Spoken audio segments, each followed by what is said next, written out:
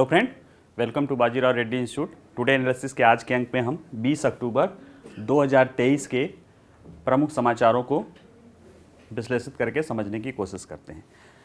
जब आज के हम प्रमुख समाचारों पर नज़र डालते हैं तो पहला है कि ये गगनयान यात्रा का पहला परीक्षण, और ये पहला परीक्षण कल किया जाना है संभवतः, लेकिन न्यूज़ आज ही था, द हिंदू में इसको लेकर था। द हिंदू नहीं, द इंडियन एक्सप्रेस में था, सॉरी, द इंडियन एक्सप्रेस में था। हिंदू में भी थोड़ा सा था, इंडियन एक्सप्रेस में इसमें विशेष समझाया गया है कि क्या मिशन है, कैसे है। ठीक है, तो इसको हम समझने की कोशिश करते हैं कि गगनयान मिशन और उसके ज़्यादातर टेक्निकल चीज़ें ही है, फिर भी हम सरल शब्दों में समझाने की कोशिश करेंगे आपको। ठीक है। दूसरा है, अफ़गानिस्तान में बार बार भूकंप क्यों आते हैं।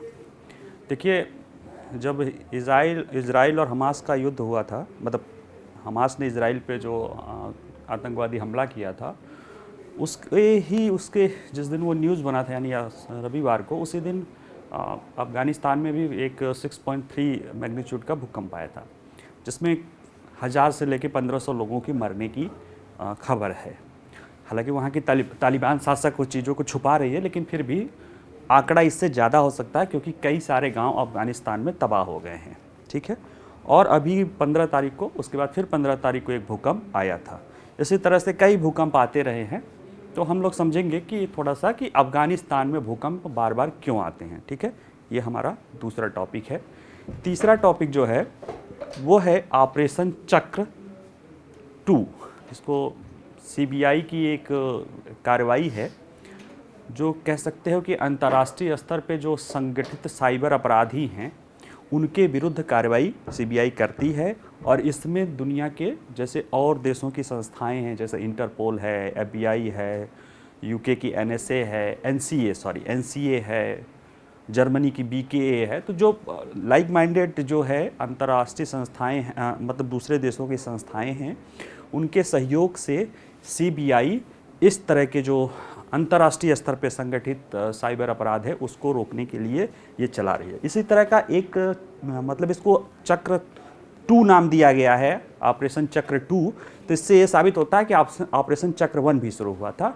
तो बिल्कुल ऑपरेशन चक्र या चक्र 1 अब उसे कहेंगे, वो पिछले साल 2022 में CBI द्वारा चलाया गया था। इंटरपोल का मेन भूमिका था और दुनिया की संस्थाओं द्वारा, उसमें भी ये साइबर क्राइम ही था। ख़ास तौर से जो चाइल्ड पोर्नोग्राफी है उसको लेके कई सारे वहाँ से था। भारत में बहुत सारा धरपकड़ किया गया था, कई सारे केसेस देखे गए थे। तो हम उसको समझेंगे कि हमारी आंतरिक सुरक्षा के लिए कितना महत्वपूर्ण ये ऑपरेशन है। ठीक है, चलिए आइए हम पहले को समझते हैं। गगनयान यात्रा का पहला परीक्षण, ये देखिए, ये आपका क्रू मॉड्यूल है। गगनयान जैसे नाम से ही है कि हम स्पेस की यात्रा करेंगे। हम मतलब मनुष्य, हमारा स्पेस यान तो पहले से ही जा रहा था, लेकिन ये यान है जो हमें अंतरिक्ष की सैर कराएगा। इसके तहत हमारा प्लान है कि 2025 या उसके बाद जब भी हम पूरी तरह से परीक्षण हमारा सफल हो जाए, तो उसके दौरान जो है हम 3 लोगों को लेके, एक हमारे जो अंतरिक्ष यात्री रहेंगे उनको लेके एक अंतरिक्ष यान पृथ्वी के 400 किलोमीटर ऊपरी कक्षा में जाएगा, और वहाँ पे वो 3 दिन चक्कर लगाएंगे। इसके बाद फिर वो धरती में वापस आ जाएंगे। ये है गगनयान मिशन। ये एक तरह से अंतरिक्ष में मानव मिशन की एक, कह सकते हो कि प्रयोगात्मक चीज़ें होंगी। ठीक है, और ये गगनयान खुद एक प्रयोगात्मक जो है परीक्षण होगा, लेकिन उस प्रयोगात्मक परीक्षण के पहले भी कई सारे प्रयोग किए जा रहे हैं, जिसमें एक तरह से जो महत्वपूर्ण पहला परीक्षण है वह कल किए जाने की संभावना है। इसमें जो योजना है वो यह है कि नया, मतलब चर्चा में क्यों है कि इसमें क्या है कि ये, जैसे क्या होता है कि आप अंतरिक्ष यान में मनुष्य को ले जाओगे, अंतरिक्ष यात्रियों को ले जाओगे, तो सब कुछ तो ठीक रहता है ना, लेकिन अगर सब कुछ खराब हो जाए, कुछ खराबी आ जाए, तो भाई हम बहुत अच्छा प्लान बनाते हैं, लेकिन प्लान बी भी होता है ना। तो ये प्लान बी है कि अगर कोई दिक्कत आ गई रॉकेट में या कहीं भी, तो इमरजेंसी कैसे हमारा जो है मिशन एबार्ट हो जाएगा, और जो क्रू मॉड्यूल है वो मनुष्य को लेके वो रॉकेट से तुरंत अलग होके कैसे धरती पे वापस आ जाएगा। ठीक है, तो कैसे स्पेस में जो हमारे अंतरिक्ष यात्री हैं, क्रू है, उनको क्रू मेंबर बोलते हैं, उनकी सुरक्षा के लिए कैसे वो ये टेक्नोलॉजी, जैसे नहीं हवाई जहाज़ में कभी होता है तो यात्री, जैसे हमारे अभिनंदन थे, उनके जहाज़ को हमला हो गया था, तो वो अपना क्या किए, जो है अपना कुर्सी को ही इजेक्ट कर लिए। तो उसी तरह का ये है कि अगर कोई हमारा यान हमको लेके जा रहा है, बीच में कहीं भी कोई दिक्कत हो तो वो अपने आप वहाँ से अलग होके सेल्फ ऑटोमेटेड ऐसा रहे कि वो हमारे धरती पर आ जाए। ठीक है, ये परीक्षण यान में अभी क्या किया जाएगा कि जो है 17 किलोमीटर ऐसे ही एक क्रू मॉड्यूल इसी तरह का तैयार किया जाएगा, उसको ले जाया जाएगा और वो 17 किलोमीटर ऊंचाई तक ले जाएगा, और फिर वहाँ से वो रॉकेट से अलग हो जाएगा और फिर वो जो हमारे बंगाल की खाड़ी में उसको पैराशूट के जरिए ले लिया जाएगा और फिर वो हमारा एक तरह से शुरुआती परीक्षण होगा। इसी तरह के और भी परीक्षण होंगे, लेकिन उसमें से ये पहला परीक्षण है। ठीक है, तो आइए हम इसको समझने की कोशिश करते हैं। चर्चा में क्यों है? क्योंकि शनिवार को इसरो जो है भारतीय अंतरिक्ष यात्री का अंतरिक्ष में भेजने का जो मिशन है उसको कहते हैं गगनयान, के उद्देश्य से प्रणालियों और प्रक्रियाओं की श्रृंखला का पहला परीक्षण करेगा। यानी गगनयान भेजना है, वो वैसे भी एक वो परीक्षण उद्देश्य है, लेकिन उसको भेजने के क्रम में जो बहुत सारे प्रोसेस अपनाए जाएंगे, जो बहुत सारे तंत्र अपनाए जाएंगे, जो सिस्टम या जो हम टेक्नोलॉजी प्रयोग करेंगे, उसके परीक्षण के लिए उसमें से ये पहला परीक्षण किया जाएगा। इसका नाम है, वैसे तो इसका नाम रखा गया है TVD1, test vehicle demonstration 1, test vehicle demonstration 1। तो इसे flight test vehicle abort mission 1 भी कहा जाता है। ये इसको TVD1 बोला जाएगा, टेस्ट व्हीकल डेमोन्स्ट्रेशन 1 पहला हो रहा है।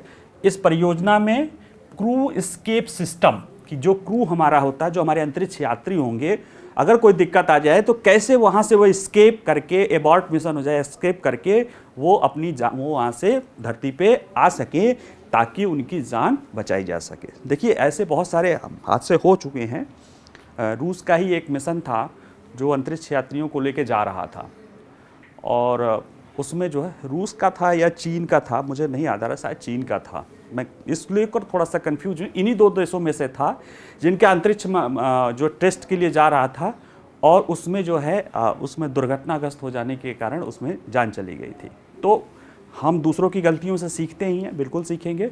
इसलिए हम पहले जो अपने लोगों को अंतरिक्ष में भेजेंगे उसके पहले ही हम सेफ्टी के सारे टेस्ट कर लेना चाहते हैं कि अगर कोई बात है, अगर कोई दिक्कत हो तो हमारा जो क्रू है वो सेफली जो है वापस आ जाए। ठीक है, तो इसी के लिए जो है क्रू एस्केप सिस्टम, एक एस्केप सिस्टम है कि कोई भी खराबी हो तो ऑटोमेटिक वो अपना अलग हटके जो है धरती पे वापस आ जाए। इसका परीक्षण करने का प्रदर्शन को करेगा। ठीक है, और यह उड़ान सुरक्षा तंत्र परीक्षण करने वाले दो एबॉर्ट मिशन होंगे। इसी तरह के इसे क्रू स्पेस मिशन, इसको एबॉर्ट मिशन कहते हैं।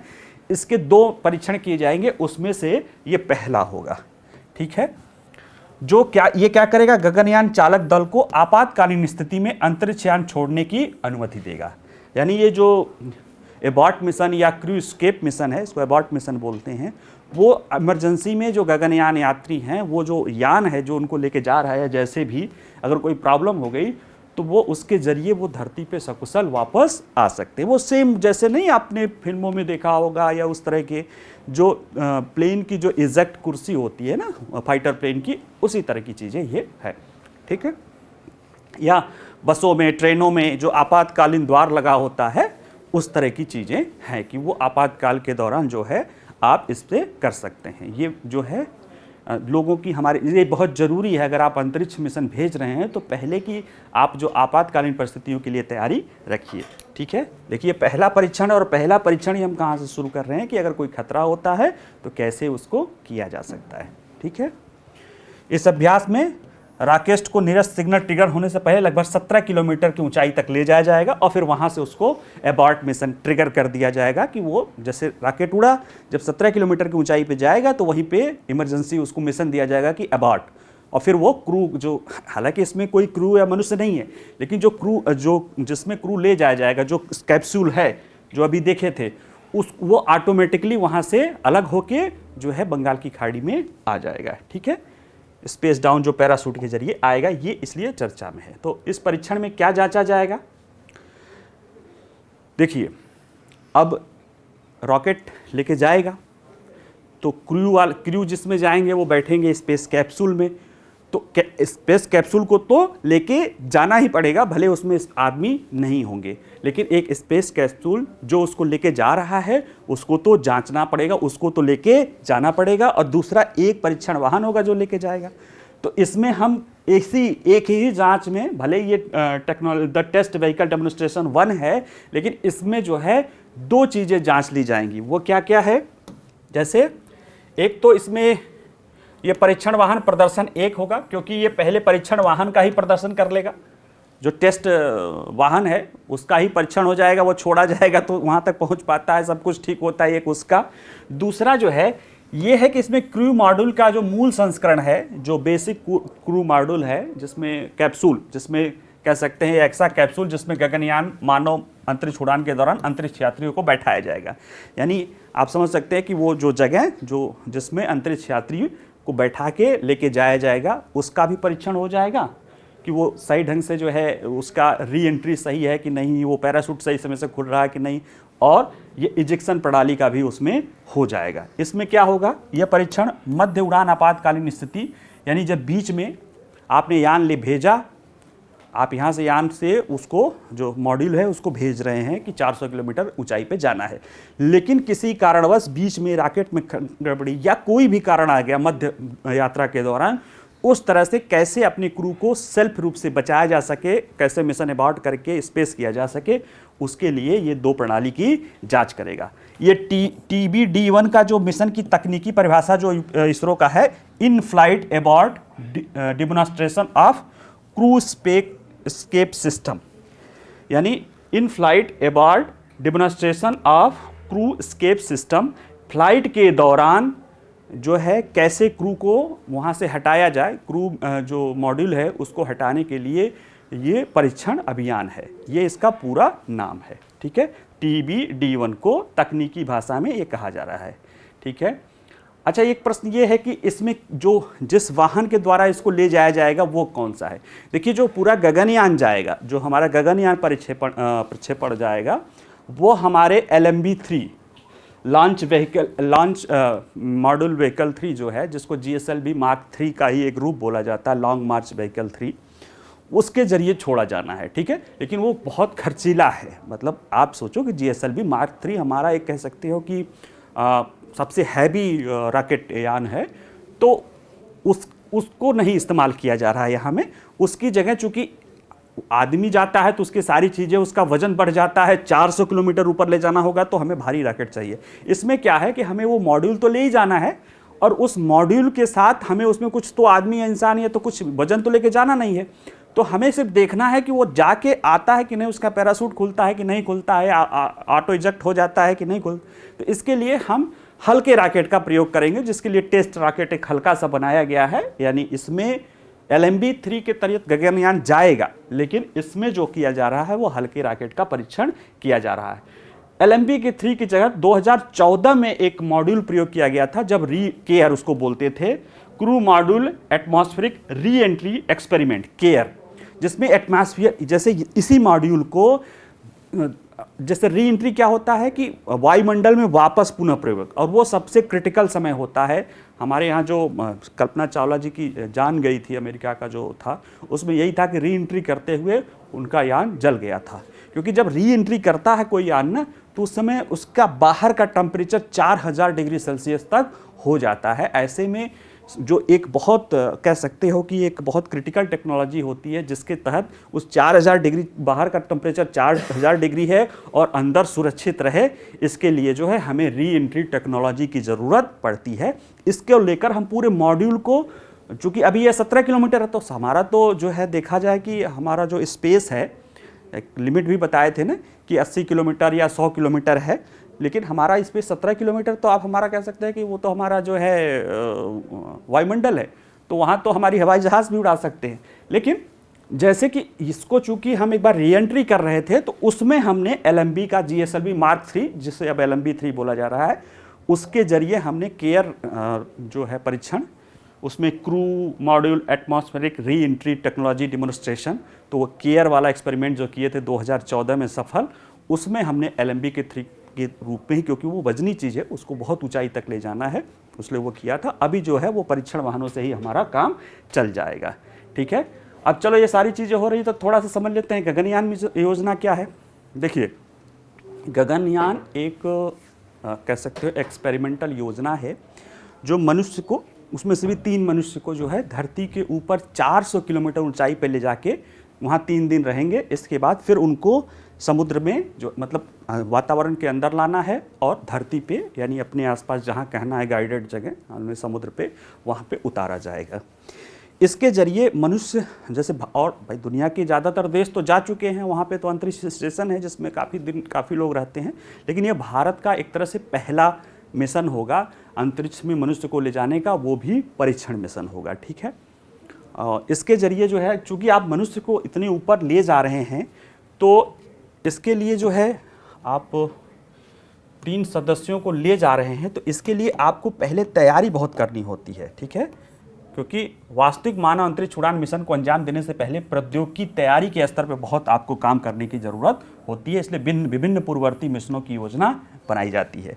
इसमें प्रदर्शनकारी मिशनों में इंटीग्रेटेड डाप टेस्ट, पैड अबॉर्ट टेस्ट जो अभी हो रहा है, टेस्ट व्हीकल टेस्ट, ये सारी चीज़ें हो रही हैं। इनको करने की हमें आवश्यकता पड़ती है। क्यों?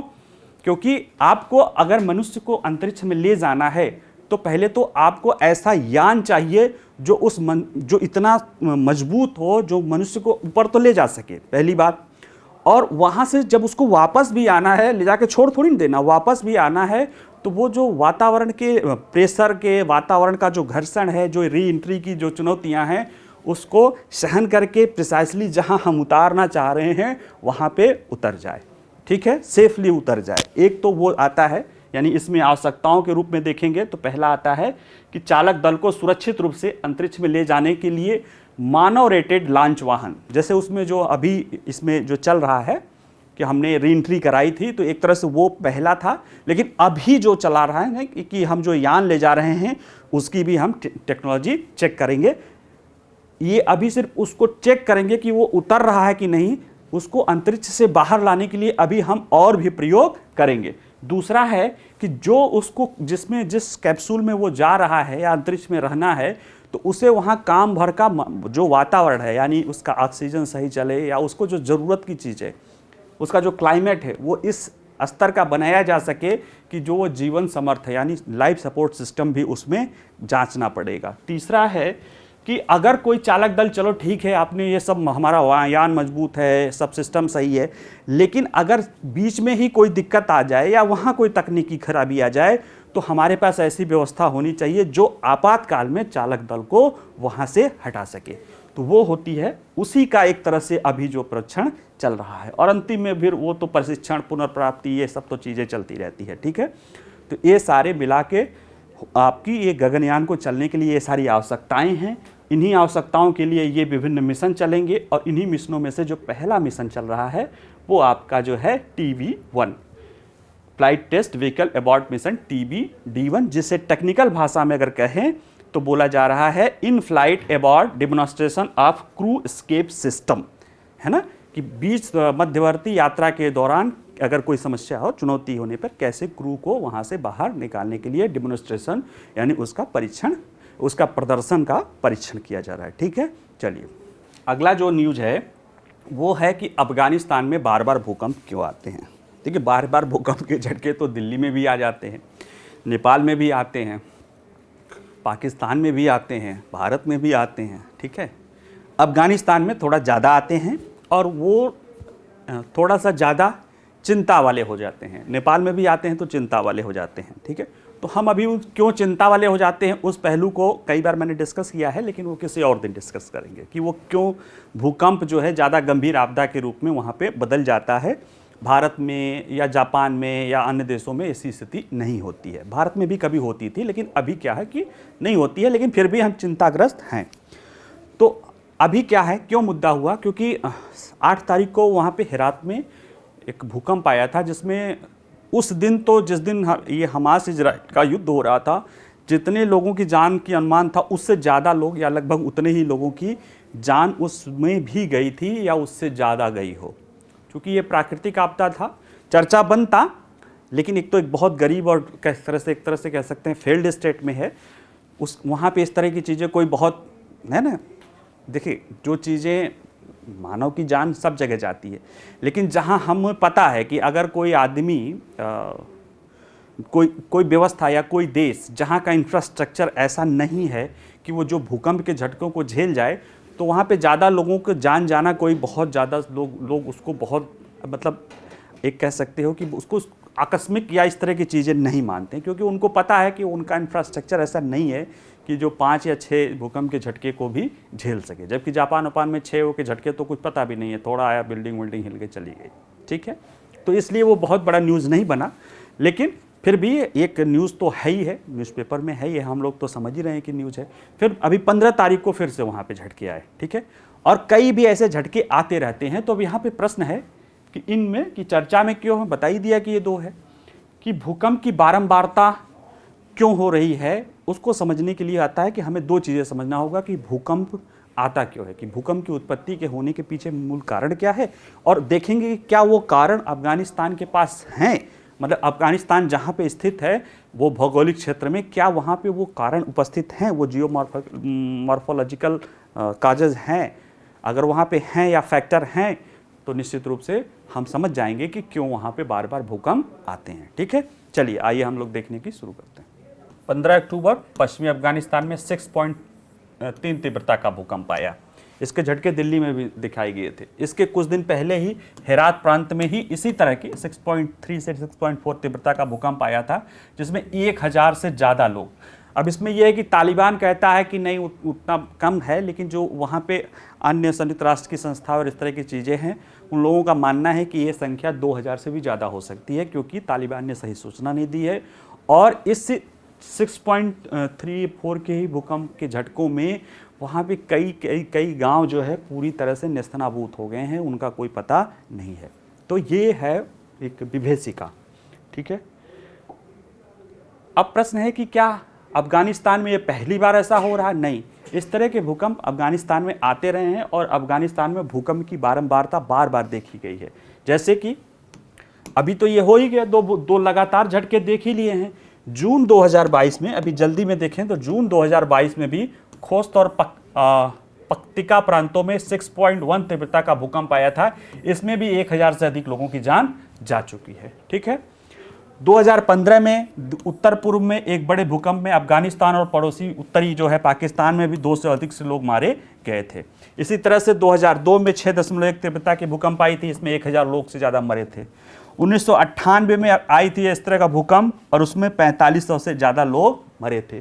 तो देख लीजिए कि 98 से 2023 यानी 25 सालों में कितने लोग तो भूकंप से ही मर गए। और ये आंकड़े कह सकते हैं कि ऑफिशियल, और जिस दौरान ये सारी चीज़ें हो रही थी वहाँ पे आप जान ही रहे हैं कि कोई एक फेल्ड स्टेट है, वहाँ पे कोई इस तरह की व्यवस्था नहीं है।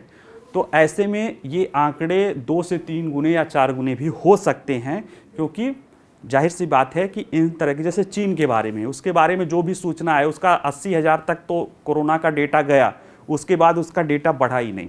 मतलब ये इस तरह की जो व्यवस्थाएं होती हैं जहाँ पे तानाशाही होती है या अव्यवस्था होती है, वहाँ के बारे में बिल्कुल नहीं। लेकिन जो उसके बावजूद भी जो सूचनाएं आई है वो भी देख लीजिए, ये बता रही है कि 6-7 हज़ार लोग तो 25 साल में ऐसे ही गुजर गए हैं और इसके कई गुना ज़्यादा हो सकते हैं। तो निश्चित रूप से ये बात तो साबित है कि रह के जो है, और ये भूकंप ऐसे हैं जिसमें हज़ार लोगों की जान चली जा रही है।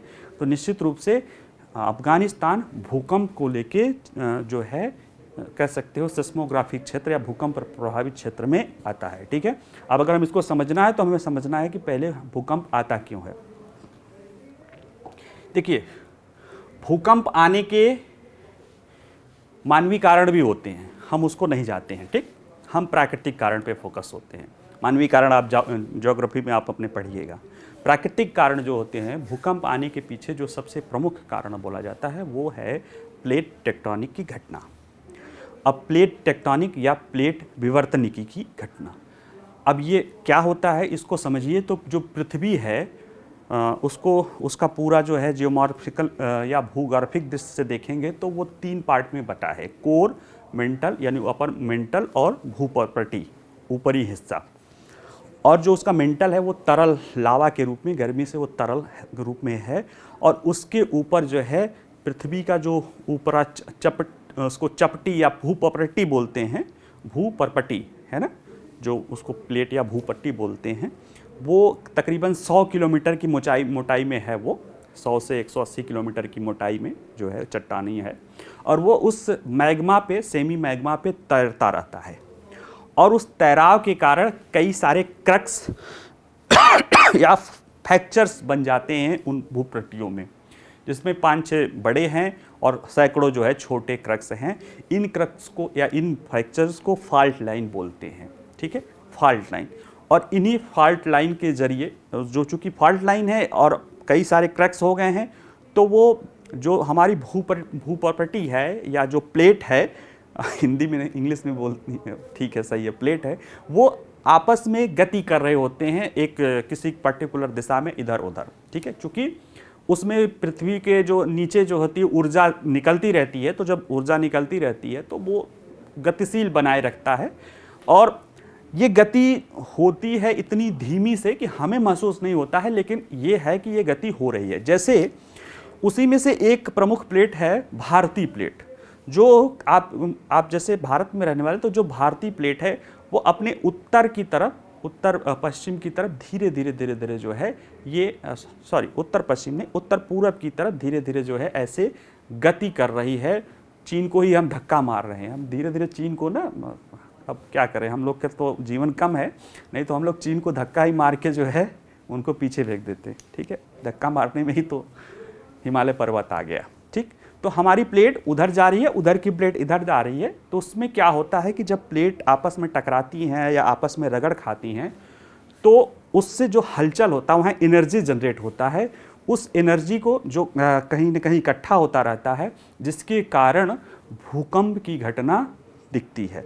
तो भूकंप के पीछे जो मेन कारण होता है वह होता है पृथ्वी की पपड़ी या जो क्रस्ट है, एक जो है वो कह सकते हैं कि दो रगड़ खाते हैं, या उसको कह सकते हैं कि एक दूसरे के विपरीत जाते हैं या रगड़ खाते हैं, तो उसकी वजह से भूकंप आता है।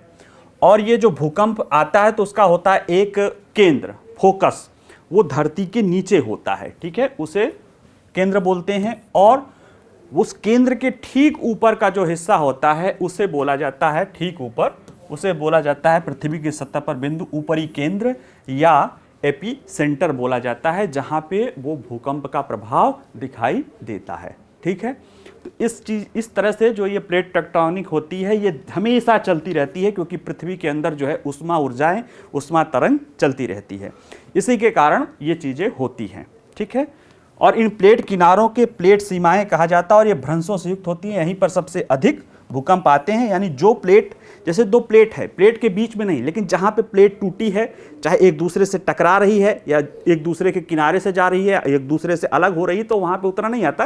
लेकिन अगर टकरा रही है और रगड़ खा रही है तो वहाँ पे भूकंप की जो है अवस्था दिखाई देती है। इसी को वहाँ पे भ्रंश या फॉल्ट लाइन निर्मित होती है। तो जहाँ पे भी फॉल्ट लाइन निर्मित होगी, जहाँ पे प्लेट आपस में टकराएंगी या आपस में रगड़ खाएंगी, वहाँ पे भूकंप की घटनाएं जरूर पाई जाएंगी, ठीक है। और जैसे हिमालय हुआ, और ऐसे हिमालय से ही वहाँ पे पामीर का घाट या हिंदुकुश जो पर्वत है ना, ये सारा क्षेत्र उसी तरह से है। क्योंकि देखिए आप हिमालय को अगर आप ऐसे देखेंगे तो जैसे ये है, इसको हमारा हिमालय ऐसे मुड़ा है, एक चाँप की तरह है, तो कहीं ना कहीं हमारी प्लेट उसको कर रही है और हिमालय उठता जा रहा है। इसलिए हिमालय में भी भूकंप की घटनाएं देखी जाती हैं, और हिंदुकुश या इधर इसी तरह से आगे तुर्की आदि में भी चीज़ें ये दिखाई देती हैं। तो ये सारी चीज़ें जो वहाँ पे हिंदुकुश पर्वत है, हिंदुकुश पर्वत श्रृंखला, पामीर नाट, ये भौगोलिक रूप से जटिल क्षेत्र है, और वहाँ इस तरह से प्लेट टेक्टोनिक घटनाएं होती रहती हैं। क्योंकि अफगानिस्तान उस क्षेत्र में कई भ्रंश रेखाओं पर स्थित है, जहां भारतीय और यूरेशियाई टेक्टोनिक प्लेटें मिलती हैं। तो जब ये प्लेटें मिलेंगी तो टकराएंगी तो ऊर्जा जनरेट होगा तो कहीं ना कहीं वो भूकंप के रूप में सामने दिखाई देता है। इसलिए ये सारी चीज़ें वहाँ पे होती हैं, ठीक है। तो ये छोटा सा कारण है। अगला जो न्यूज़ है वो है ऑपरेशन चक्र 2, सेंट्रल ब्यूरो ऑफ इन्वेस्टिगेशन। देखिए भारत में जो वैसे तो बहुत सारी संस्थाएं हैं जो आंतरिक सुरक्षा और इस तरह की चीज़ों में लगी होती हैं, लेकिन अंतर्राष्ट्रीय स्तर पे आप कह सकते हैं इंटरपोल या इंटरनेशनल पुलिस वाला जो ऑर्गेनाइजेशन है, उसमें भारत की तरफ से जो केंद्रीय एजेंसी के रूप में कार्य करती है वह सीबीआई है। और सीबीआई, अब भले बहुत सारी संस्थाएं एनआईए या ईडी, डीआरआई इस तरह की चीज़ें हो गई हों, लेकिन सीबीआई एक अपनी केंद्रीकृत भूमिका आज भी भारत में, चाहे आतंकवाद के मुद्दे हों, चाहे इस तरह से कानून व्यवस्था के मुद्दे हों, या जो साइबर अपराध के मुद्दे हों, इसको लेके जो है सीबीआई के पास बहुत पुराना अनुभव है। ठीक है, सीबीआई जो है वर्तमान समय में, जैसे आप अपना सिलेबस में पढ़ते होंगे तो उसमें लिखा होता है कि आंतरिक सुरक्षा चुनौतियों को उत्पन्न करने में जो इंफॉर्मेशन या टेक्नोलॉजी या साइबर टेक्नोलॉजी का दुरुपयोग या उसकी चुनौतियां, या सोशल मीडिया की चुनौतियां, या जो साइबर अपराध है उसकी समस्या, या साइबर वारफेयर की समस्या, ये सारी चीज़ें मिलके एक कह सकते हो कि एक परफेक्ट आंतरिक सुरक्षा चुनौतियां हमें दुनिया के संदर्भ में और वैसे भी दिखाई देती है। जैसे कई सारे साइबर फ्रॉड, अभी हम जब डीप फेक वीडियो बता रहे थे, कैसे बता रहे थे कि बताया था हमने कि डीप फेक के जरिए क्या क्या किया जा सकता है। उसमें से हमने ये भी बताया था कि आपके माता पिता से आपके आवाज़ में ही जो पैसे मांगे जा सकते हैं। हो सकता है वो पैसा मांगने वाला यहाँ न बैठ के किसी दुनिया के दूसरे देशों में बैठा हो। जैसे कई सारे फ़ोन कॉल्स और इस तरह की घटनाएँ जो है भारत से बाहर पाकिस्तान और बांग्लादेश या थाईलैंड में देखे गए। कई ऐसे मुद्दे देखे गए कि भारतीय लोगों को थाईलैंड में नौकरी के लिए बुलाया गया, वहाँ से म्यांमारी लोग, खासतौर से चीन के जो उस तरह से चीनी जो वहाँ के चीनी माफिया और म्यांमारी माफिया आपस में मिलकर उन लोगों को झांसा दे के वहाँ पे बुलाए और वहाँ से उनको अगवा करके म्यांमार में रखते हैं और कहते हैं कि तुम जो है, चूँकि टेक्निकल नॉलेज रहता है इसीलिए उनको लेते हैं, उनको एक्सटॉर्शन मतलब उनको दबाव बनाते हैं कि तुम इतना फ्रॉड करो। यानी भारतीयों से ही फ्रॉड कराया जाता है भारतीय लोगों का, क्योंकि वहाँ पे उनकी आवाज़ उसी तरह की रहती है, तो वो मजबूरी में कर रहे होते हैं। या तो भारतीय कर रहा है तो मजबूरी में कर रहा है, या उस तरह के लोग कर रहे होते हैं। तो कहीं ना कहीं जो ये साइबर अपराध है, या अभी साइबर वारफेयर की बात देख लो कि फेक वीडियो जो है बनाना, अभी जो इसमें हमास और इजराइल का चल रहा है मामला, अभी एक फेक वीडियो सर्कुलेट हो रहा है कि व्लादिमीर पुतिन कह रहे हैं कि नहीं, वो गाजा पे हुए हमले का हम बदला लेंगे। तस्वीर उन्हीं की है। उन्होंने जो है यूक्रेन के लिए वो मामले कहा था कि यूक्रेन पे जो है इस तरह का जो कारणा हमला है, बम विस्फोट है, यानी उसको डिस्टार्ट करके, यानी डीप फेक वीडियो, इसी को कहते हैं ना कि डीप फेक परफेक्ट उदाहरण है। इस समय आप साइबर वारफेयर, एक तो युद्ध चल रहा है बम गोले बारूदों से, वहाँ तो चल ही रहा है, एक साइबर वारफेयर भी चल रहा है, एक नैरेटिव वारफेयर भी चल रहा है, जो कि उससे ज़्यादा गंभीर है, ज़्यादा चुनौती है। क्योंकि वो तो बम गिरता है तो आप कह सकते हो कि वहाँ के लोगों को क्षति पहुँचा रहा है, लेकिन वो साइबर वारफेयर दुनिया के देशों के जो बहुत सारे नागरिक हैं उनमें ऐसी ऐसी मार्क तस्वीरें दिखाई दे रही है, ऐसे वीडियो बना रहा है जिनमें उद्वेलित करके वो सारी चुनौतियाँ जो है उत्पन्न की जा रही है। ठीक है, तो ये चुनौती है। इसी तरह की चुनौती एक तो चलो साइबर वारफेयर है, साइबर अपराध को लेकर भी है कि आज अपराधी एक संगठित रूप से अंतर्राष्ट्रीय स्तर पे काम कर रहे हैं, जिसमें चाइल्ड पोर्नोग्राफी है, जो पहचान की चोरी करके दूसरे देशों से जो है ठगी कर लेते हैं, उसमें कई सारे भारतीय हैं, जो उसमें क्रिप्टो करेंसी वाला जो है ठगी का मामला है। ये सारी चीज़ें बढ़ती जा रही हैं और ये एक गंभीर चुनौती पूरे विश्व के संदर्भ में हो गई हैं। ठीक है, तो दुनिया के प्रमुख संस्थाओं जो इस तरह की चीज़ों से लड़ना जा रहे हैं, जो देखो जो देश इसको सपोर्ट कर रहे हैं उनकी तो हम बात ही नहीं कर रहे हैं, पाकिस्तान, म्यांमार, चीन, उनकी तो बात ही नहीं कर रहे हैं। हम वो कह रहे हैं कि जो देश इस तरह की व्यवस्था जो बेहतर व्यवस्था, बेहतर लोकतांत्रिक व्यवस्था को अपनाना चाहते हैं, जिसमें से भारत भी एक देश है, उन देशों की संस्थाएं भी मिल रही हैं कि कहीं चूँकि चुनौती वैश्विक स्तर पे है, इसलिए इसका मुकाबला भी वैश्विक स्तर पे करना होगा। उसी तरह का ऑपरेशन है ऑपरेशन चक्र 2 जो सीबीआई चला रही है। इसमें जो सहयोग दे रहे हैं, जो इनपुट का काम आ रहा है, जो जैसे सूचनाएं मिल रही हैं कि किसी अंतर्राष्ट्रीय स्तर पे कोई क्रिमिनल एक्टिविटीज हुई, अब उसमें करने वाले भारत में बैठे हुए हैं तार, तो उसकी वो जिम्मेदारी कौन देखेगी? सीबीआई। ऐसे सीबीआई अगर कोई जांच कर रही है और अगर उसको अंतर्राष्ट्रीय तार मिले जो है जर्मनी में या अमेरिका में या ब्रिटेन में या इस और किसी देश में, तो उसमें इंटरपोल आएगा। इस तरह की चीज़ों को करके इन पूरे सिस्टम पे जो संगठित अपराध है, एक इंडिविजुअल क्राइम नहीं है, ये संगठित अपराध है, साइबर के द्वारा हो रहा है और हमारी आंतरिक सुरक्षा के लिए बहुत चुनौतियाँ उत्पन्न कर रहा है। तो इसी को दूर करने के लिए ये ऑपरेशन चक्र 2 चलाया गया है, क्योंकि ऑपरेशन चक्र या चक्र 1 पिछले साल चलाया गया था इसी तरह के सहयोगात्मक रूप के साथ। ठीक है, तो आइए इसको थोड़ा सा देख लेते हैं, बहुत ज़्यादा इसमें है नहीं, बस इसको समझना है कि ये क्यों इंपॉर्टेंट है। सीबीआई ने साइबर अपराधों पर नकेल कसने के लिए 19 अक्टूबर यानी कल को ऑपरेशन चक्र 2 चलाया है। इसमें 5 अलग अलग मामलों में, ठीक है, उसमें से अभी बताएंगे कि 5 अलग मामले क्या हैं। उसमें मध्य प्रदेश, उत्तर प्रदेश, कर्नाटक, हरियाणा, केरल, तमिलनाडु, पंजाब, बिहार, दिल्ली, पश्चिम बंगाल, हिमाचल प्रदेश सहित कई राज्यों में 76 ठिकानों पर गहन तलाशी ली। यानी इन विभिन्न राज्यों में 5 विभिन्न मामलों में 76 जगहों पे सीबीआई ने ऑपरेशन चक्र 2 के नाम से जो है चलाया। इस जो ऑपरेशन चलाया इसका नाम उसने ऑपरेशन चक्र 2 रखा, या मीडिया ने उसको नाम रखा। ठीक है, अब आते हैं कि इस ऑपरेशन चक्र 2 क्या है, जरा इसको समझ लेते हैं।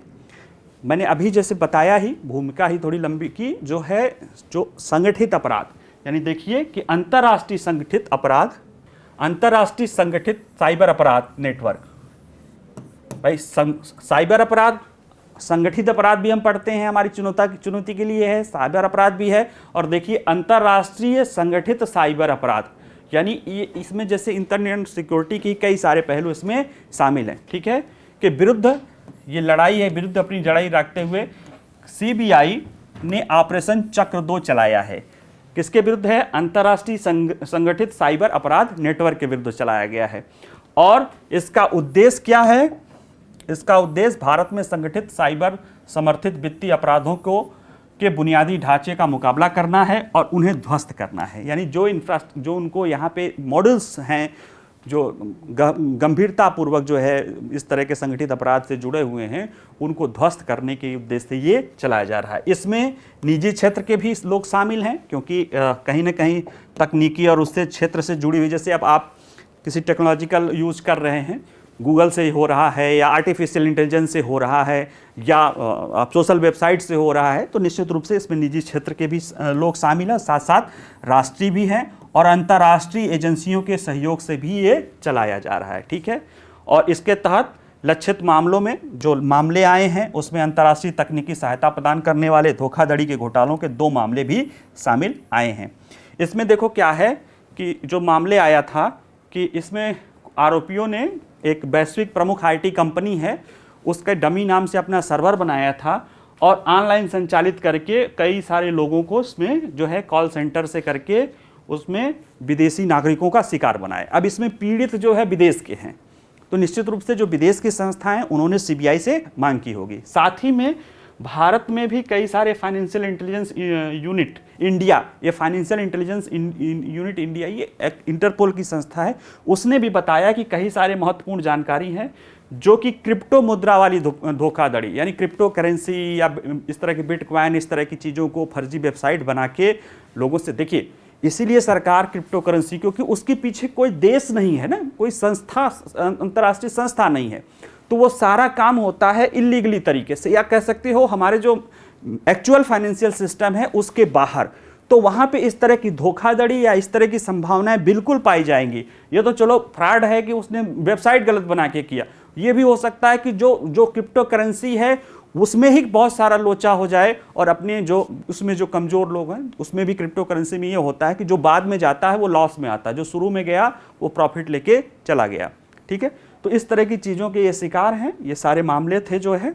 इसमें देखा गया कि भारतीय, इसके पीड़ित अंतर्राष्ट्रीय संस्था है, इसमें पीड़ित भारतीय थे, 100 करोड़ रुपए भारतीयों से जो है इसमें चूना लगाया गया था। ठीक है, तो इसमें सीबीआई क्या कर रही है कि ये संगठित अपराधी हैं ही, पता है कि संगठित अंतर्राष्ट्रीय अपराधी हैं, तो सीबीआई जो है इससे निपटने के लिए और सुरागों को, यानी जो हमें क्लू मिलेगा, हमें जैसे वहाँ से जो यहाँ के ये मिला जो 100 करोड़ वाला, इसको हमें वहाँ से मिला और वहाँ से जो सूचना मिली हम यहाँ के लोगों पर जो है, जो हमारे यहाँ के लोग जो है फर्जी कर रहे थे, तो कहीं ना कहीं आपस में सहयोग करके इस तरह की चुनौती को किया जा सकता है। इसमें जो है इस वाले में अमेरिका की FBI है, साइबर अपराध निदेशालय और इंटरपोल के IFCAC, इसी ने भी सूचना दी है।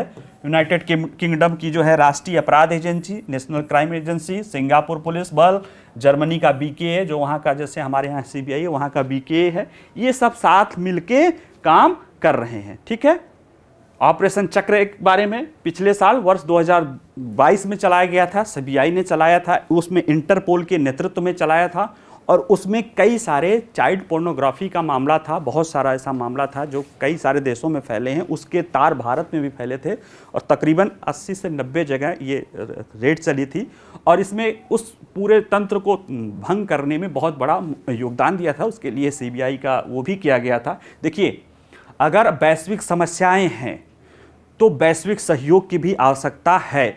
अगर अपराधी या इस तरह के जो साइबर अपराधी, संगठित अपराधी या आतंकवादी तंत्र चल रहा है तो उसको रोकने के लिए भी वैश्विक प्रयास हो रहे हैं और होते रहेंगे। इंटरपोल एक संस्था है लेकिन आतंकवाद जैसे मुद्दे उसमें नहीं आती है, फिर भी जो और देशों की संस्थाएं हैं उन और जो इंटरपोल के पास सूचना होती, जैसे इंटरपोल क्या क्राइम देख रही है और कोई क्रिमिनल एक्टिविटीज़ है, कोई जैसे अभी संगठित अपराधी है, उसमें उसको पास सूचना है कि ये जो है आतंकवाद के तंत्र से भी जुड़ा हुआ है, तो वो सूचना भले इंटरपोल उसमें मैंडेट नहीं है लेकिन वो इन अपने जो उसके साथ इस तरह के जो देश हैं इनकी सुरक्षा एजेंसियों को देके उस पर भी वो कार्रवाई कर सकता है। तो निश्चित रूप से हमारी आंतरिक सुरक्षा चुनौतियों के संदर्भ में उसमें भी साइबर सिक्योरिटी, साइबर वारफेयर और संगठित अपराध और जो राज्य और गैर राज्य कहते हैं ना, विदेशी राज्य और गैर राज्य तत्व, तो राज्य का तो छोड़ दो, उसमें भूमिका नहीं हो सकती क्योंकि अगर राज्य है तो वो दूसरे मुद्दे से हल होता है,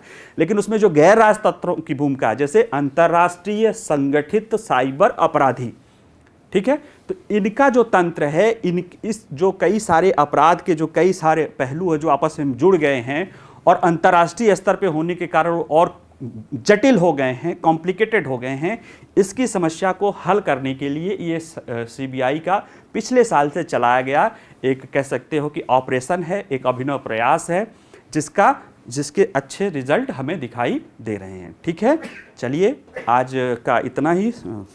आप लोग जो है इसको पढ़िएगा, हैंडआउट्स में नोट्स होता है जो एक दिन बाद आ जाता है और इसको पढ़ के अपना नोट्स बनाइएगा। ठीक है, अगर कोई प्रश्न रहे, कोई पूछना हो तो आप कमेंट्स बॉक्स में लिख दिया करिए, मैं ज़रूर पढ़ूंगा और उस पर जवाब भी देता हूँ।